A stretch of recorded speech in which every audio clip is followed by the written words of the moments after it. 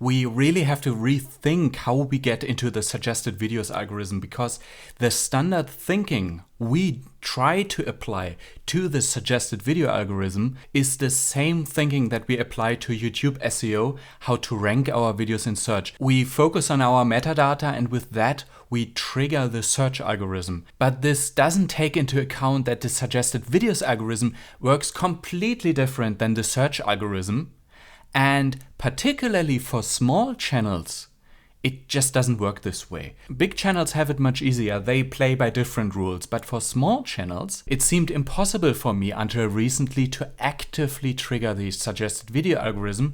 But as you can see here, for example, this channel here, close to 3,000 subscribers only, so a small channel, managed to trigger the suggested videos algorithm here big time. This quite small channel is about metal detecting. That's why DK named his channel Adventures in Dirt, metal detecting, and he recently did a video like you can see here, this one, which really took off in suggested videos, driving thousands of views. And I want to show you in this example how he actually managed to trigger the suggested video algorithm. So if we look here in the full drill down, we look at all the views that this video got from all the different algorithms, then we see suggested videos algorithm didn't work by itself. It was a process, so to say. It started out when he published his video. At first, when we look here, the home algorithm got triggered.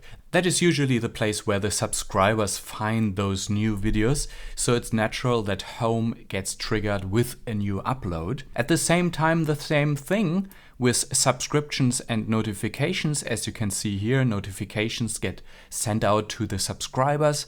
Subscriptions, that is the subscription tab that you have on YouTube, all drive the existing subscribers, the active subscribers, to that new video. And that creates momentum, view velocity for this particular video. But DK did something in addition. He also shared his video on social media, much more than he usually did. And you can see here the traffic coming in from his endeavors to share his video on social. So everything combined, external traffic gives a push, subscriptions give a push, notifications give a push, home gives a push, and at the same time, he also optimized his video for search. And during the first 10 days or so, it ranked really well. So this way, the video got additional momentum on top. And you can imagine, right? And that is the rethinking that we need to do here for triggering the suggested videos algorithm. It's not about your metadata. It's about how much momentum you can create for your videos. And if everything comes together quite well, like in this case, home, search, notifications, subscriptions, external traffic via shares on social media, all that creates this momentum for the video.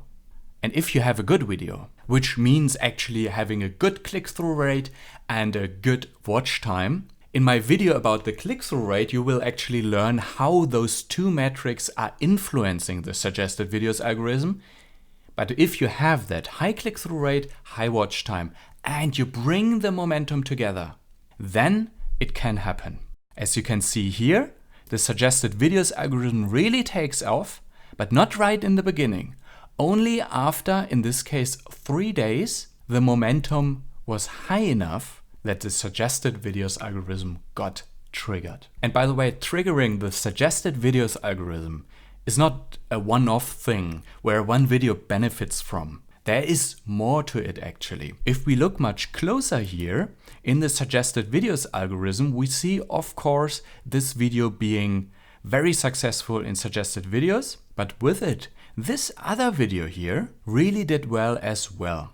If we expand the graph a little bit, we can see it as well, that it is also on the same days got into the suggested videos as well, even though the video is already 3 months old, so much older than this one. But it was able to benefit from the momentum that this video had. You probably wonder why that was. When I was watching DK's video with the gold coin, the one that triggered the suggested videos algorithm first, then I saw in the end screen that the other video that benefited from this momentum as well, got shown in the end screen. What DK did here is to include the video tile for best for viewer.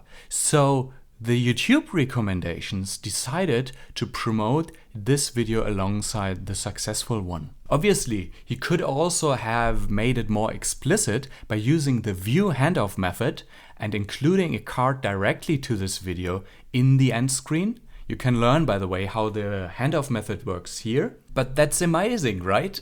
As a small channel, it is really possible to trigger suggested videos this way when you rethink it. Yeah? Remember, it's no SEO thinking here. It has nothing to do with ranking in search, although DK used this to his advantage to also produce additional momentum through ranking this video in search. But it's overall the thinking that you bring together all the different traffic sources, all the different algorithms that you easily can trigger, home, notifications, subscriptions, external traffic through sharing, and YouTube search, and all that creates the momentum that the suggested videos algorithm decides that's a great video, I should promote it more. I've seen many more cases where one algorithm gets triggered and then another one next. So that is the reason why this kind of thinking makes so much sense to me. But that said, let me know in the comments if you experience the same or similar cases on your channel so that I can investigate that further. And by the way, the episode last time about hashtags was one approach to add this additional momentum to your new videos, which could then potentially trigger the suggested videos algorithm. But that said, we know one thing that always works in this way, and even from multiple algorithms at the same time, and that is when your active subscribers start watching your new uploads. So therefore, in the next episode of this series, I want to explore how the different algorithms behave in the context of your active subscribers watching your videos. If this next episode is already out, you can click here. If not, subscribe here and ring the bell so you don't miss it. And if you didn't yet, you can watch this series from the beginning here, where I dive really deep into the algorithm in order to truly understand it. Cheers, my friends!